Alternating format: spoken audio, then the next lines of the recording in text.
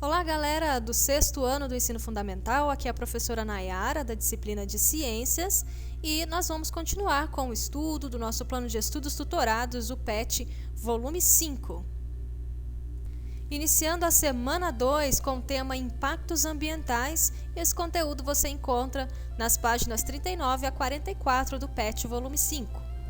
No volume anterior do PET e na semana anterior, nós falamos sobre as tecnologias, Nós conhecemos o avanço das tecnologias ao longo da história e as implicações que essas tecnologias trouxeram para a nossa vida, Hoje nós vamos falar sobre os impactos ambientais.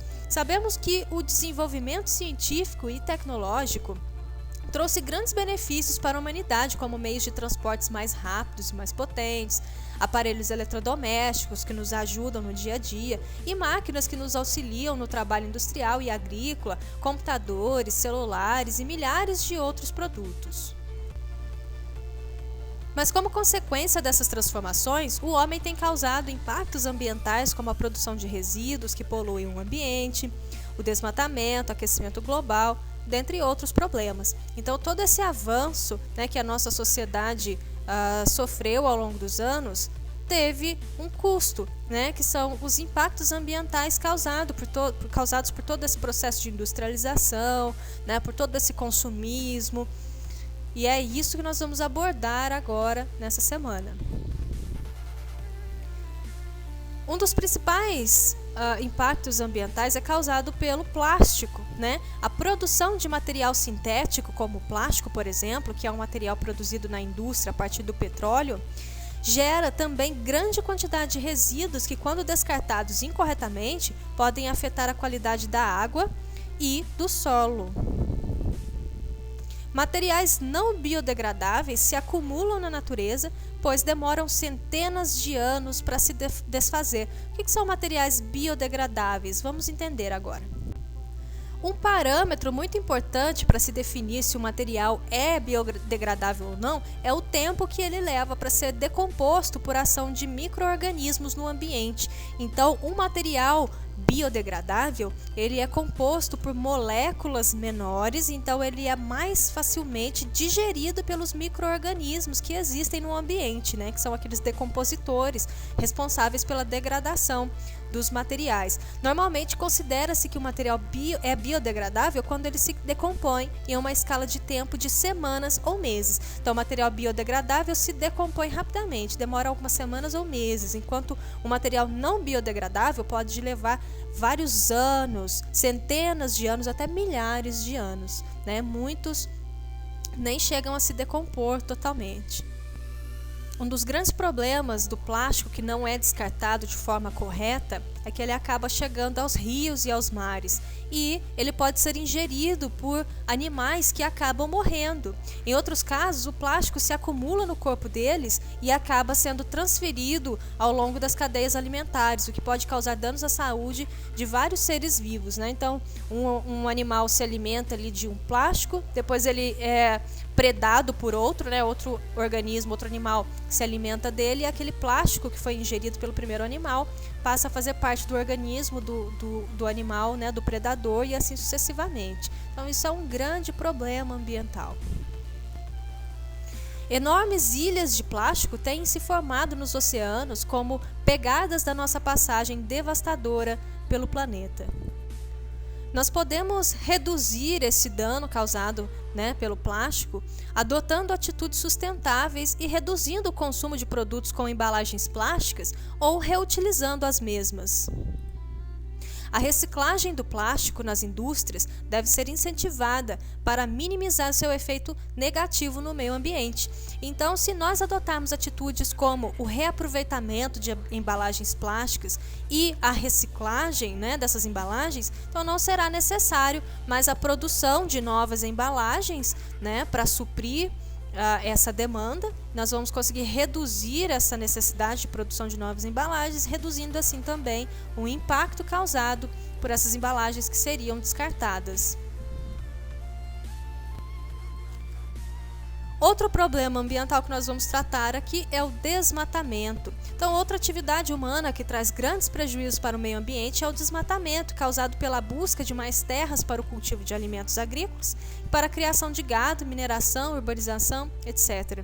Então, nós acabamos desmatando, né, nossa cobertura vegetal, nossas áreas naturais de floresta para poder abrir espaço para pasto, para criar gado, né, para poder abrir espaço para se cultivar mais alimentos, e isso tem se tornado um grande problema. A retirada da cobertura vegetal expõe o solo ao vento e à chuva e causa um assoreamento de rios e interfere no ciclo da água, podendo levar ao secamento de nascentes. Então aqui nós temos uma imagem de um rio assoreado, né? Então foi retirada a cobertura vegetal aqui do entorno desse rio, dessa região próxima, e o solo então fica desprotegido, né? Sem a cobertura vegetal, sem as árvores, as plantas, o solo ele fica desprotegido. Então a água da chuva, o vento, acaba carregando esse solo, né, essa terra que fica solta aqui por cima, e levando isso para o interior dos rios, para dentro dos rios, e soterrando, né, esse recurso hídrico. E isso acaba se tornando um grande problema, porque esse rio assoreado, né, ele pode morrer, a água ela não consegue aqui circular da forma como devia, os animais não conseguem sobreviver, né, então é um grande problema para esse recurso, o assoreamento, e isso é causado pelo desmatamento, pela retirada da cobertura vegetal do entorno desses rios. As árvores absorvem gás carbônico do ar pela fotossíntese e o incorporam em sua estrutura, reduzindo a poluição por esse gás. Então, o gás carbônico ele existe naturalmente na nossa atmosfera, só que ao longo dos últimos tempos, né, dos últimos anos, essa quantidade de gás carbônico na atmosfera tem aumentado muito devido aos processos industriais, né, a queima de combustíveis fósseis, os carros, etc. Todo esse processo eleva a quantidade de gás carbônico presente aqui na atmosfera. E isso é prejudicial, isso é ruim. As árvores, as plantas, né, através do processo de fotossíntese, que utiliza a água, a luz do sol e o gás carbônico, acabam retirando, né, parte desse gás carbônico presente na atmosfera e contribuem, né, para a redução desse excesso desse gás. Portanto, a perda de floresta contribui com o aquecimento global, que é o aumento exagerado da temperatura do planeta, né, que é causado em partes aqui pelo excesso de gás carbônico na atmosfera, e causa perdas ambientais enormes que impactam direta ou indiretamente a vida do homem e dos demais seres vivos.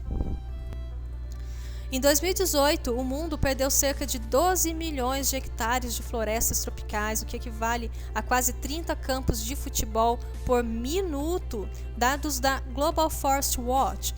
O ranking do desmatamento é liderado pelo Brasil e seguido por países como a República Democrática do Congo, a Indonésia, Colômbia, Bolívia, Malásia. E esses são dados da instituição World Resources Institute. Então, nós temos aqui um grande problema, né? Nós sabemos que o desmatamento é prejudicial, mas mesmo assim, esses dados têm aumentado ano após ano.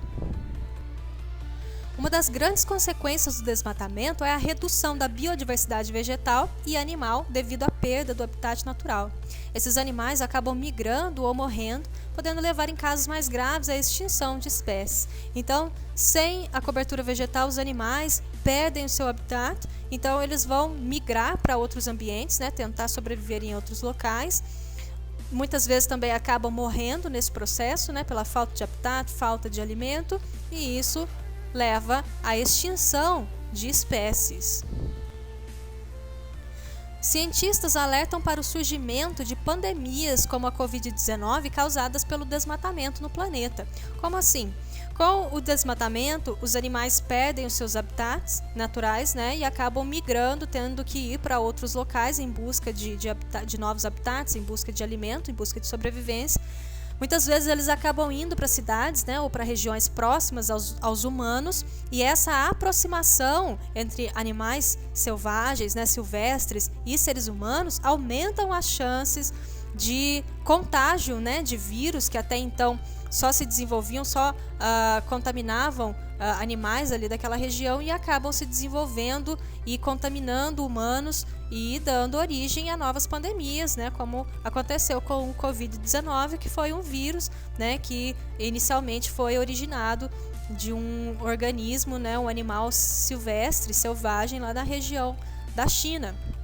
A University College London analisou mais de 6,8 milhões de comunidades ecológicas nos 6 continentes para associar o surto de doenças com a perda da biodiversidade e publicou os resultados na revista Nature. Agora vamos falar de um outro impacto ambiental, o aquecimento global. Para entendermos o aquecimento global, precisamos compreender o efeito estufa, que é um fenômeno natural do planeta que garante o aquecimento térmico na Terra. A atmosfera terrestre é composta por diversos gases. Os principais são o nitrogênio e o oxigênio. Alguns outros gases encontram-se presentes em pequenas quantidades, como os gases do efeito estufa, né? Então, vários gases, principalmente nitrogênio e oxigênio, compõem a nossa atmosfera terrestre. Dentre esses gases, né, os gases do efeito estufa, estão dióxido de carbono, que é o CO2, metano, óxido nitroso, perfluorocarbonetos e também os vapores de água. Esses gases eles absorvem parte da radiação infravermelha do Sol e dificultam seu escape para o espaço, aquecendo a Terra e permitindo a sobrevivência dos seres vivos. Então, aqui os raios solares, né, incidem sobre o nosso planeta e se não fossem por esses gases do efeito estufa, eles seriam refletidos de volta para o espaço e não seriam suficientes para manter a temperatura da nossa Terra, né, do nosso planeta como nós conhecemos. Então, graças à presença desses gases, eles retêm, né, parte desse calor e isso faz com que o nosso planeta seja aquecido e mantenha temperaturas ideais para o desenvolvimento da vida como nós conhecemos. Desde a Revolução Industrial, lá no século XVIII, o homem tem aumentado a concentração de gás carbônico e de outros gases de efeito estufa na atmosfera produzido pelas atividades industriais, a pecuária, a queima de combustíveis fósseis, as queimadas e o desmatamento. Então, desde a época da Revolução Industrial, né, com a emissão de todos esses poluentes na atmosfera, houve um aumento da concentração do gás carbônico e dos outros gases de efeito estufa. Isso faz com que esse efeito ele seja intensificado, então aumentando muito mais do que deveria as temperaturas do nosso planeta, e isso acaba sendo prejudicial. A intensificação do efeito estufa leva ao aumento da temperatura atmosférica e ao aquecimento global. O planeta está agora quase 1 grau mais quente do que estava antes do processo de industrialização, de acordo com a Organização Meteorológica Mundial, a OMM. Se não reduzirmos a emissão de gases de efeito estufa, a temperatura da Terra poderá subir entre 3 e 5 graus Celsius até 2100. Segundo o painel intergovernamental sobre mudanças climáticas, o IPCC, se os países não tomarem uma atitude, o mundo enfrentará mudanças catastróficas como o derretimento de geleiras, elevação do nível do mar, aumento das temperaturas, acidez dos oceanos, branqueamento de corais e ameaça à nossa capacidade de cultivar alimentos. Iniciando as atividades da semana 2, PET volume 5, número 1. A imagem ao lado evidencia o descarte incorreto de resíduos plásticos no ambiente. Cite consequências dessa atitude para a vida marinha.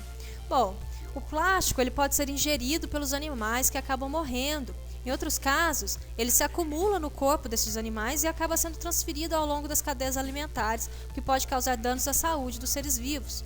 Enormes ilhas de plástico têm se formado nos oceanos como pegadas da nossa passagem devastadora pelo planeta. 2. Com base no gráfico de desmatamento na Amazônia e em seus aprendizados, responda. Letra A. Quantos quilômetros quadrados foram desmatados em 2019 e 2020 juntos? Bom, primeiramente vamos analisar este gráfico. Aqui nós temos os anos, né, 2015 e 2016, 2016 e 2017, 2017 e 2018, 2018 e 2019 e 2019 e 2020. Esses são os dados de cada um desses anos juntos, né? E aqui nós temos os dados da área degradada, né, em quilômetros quadrados. Então a pergunta é: quantos quilômetros quadrados foram desmatados em 2019 e 20 juntos. Então, aqui nós temos 2019 e 2020 juntos, um total de 5.666 quilômetros quadrados de floresta. Letra B. Quais as atividades humanas contribuem para o desmatamento da Amazônia? Como nós vimos ao longo da leitura do texto, o desmatamento é causado pela busca de mais terras para o cultivo de alimentos agrícolas, para a criação de gado, mineração, urbanização, etc. C. O desmatamento pode reduzir a biodiversidade animal e vegetal em um ecossistema. Exemplifique.